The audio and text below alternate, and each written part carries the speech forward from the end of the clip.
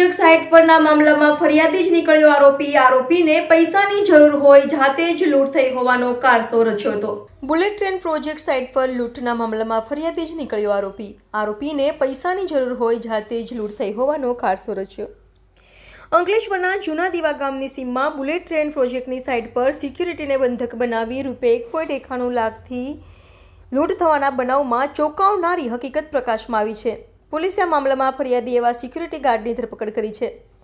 આરોપીને પૈસાની જરૂર હોય તેણે જાતે જ લૂંટ થઈ હોવાનું તરકટ રચ્યું હતું. પોલીસ દ્વારા મળેલ માહિતી મુજબ ગત તારીખ 16મી જુલાઈના રોજ જૂના દીવા ગામની સીમમાં બુલેટ ટ્રેન પ્રોજેક્ટની સાઇટ પર સિક્યુરિટીને અજાણ્યા 4 ઇસમોએ પકડી રાખી દોરડાથી લીમડા સાથે બાંધી કોપરના 2 વાયરો અને મોબાઈલ ફોન મળી કુલ ₹1.91 લાખની લૂંટ ચલાવી ફરાર થઈ ગયા હતા. આ અંગે ફરિયાદી જીતેન્દ્રસિંહ શ્યામબરણસિંહ રાજપૂતે અંકલેશ્વર શહેર એ ડિવિઝન પોલીસે ફરિયાદ નોંધાવી હતી.